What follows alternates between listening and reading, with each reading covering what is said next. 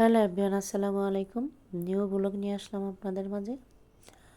এখানে চিতই পিঠা বানাচ্ছি।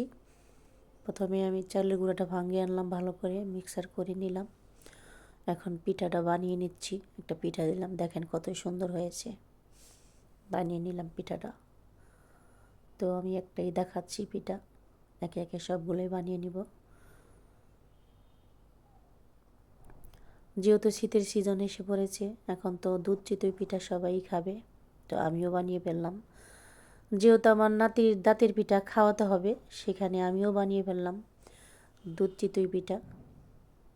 আমরা দুধের পিঠাই বলি, অনেকে দুধ চিতই বলে, অনেকে অনেক নামে ডাকে। এখানে আমি গুড়টা জাল দিতেছি। আমি লাকড়ির চুলায় রাত হয়ে গেছে পিঠাগুলো বানাতে বানাতে, তো সেখানে আমি গুড়টা জাল দিয়ে নিচ্ছি। তো এখানে আমি পিঠাটা ভিজিয়ে নিলাম, গুড়গুলা ছেঁকে নিলাম। তো আপনার দুধগুলা দিতে দেখাতে পারি নাই, কারেন্ট ছিল না, এই কারণে ফাইনাল লুকটা দেখালাম। সবাই কেমন হলো জানাবেন। আল্লাহ হাফেজ।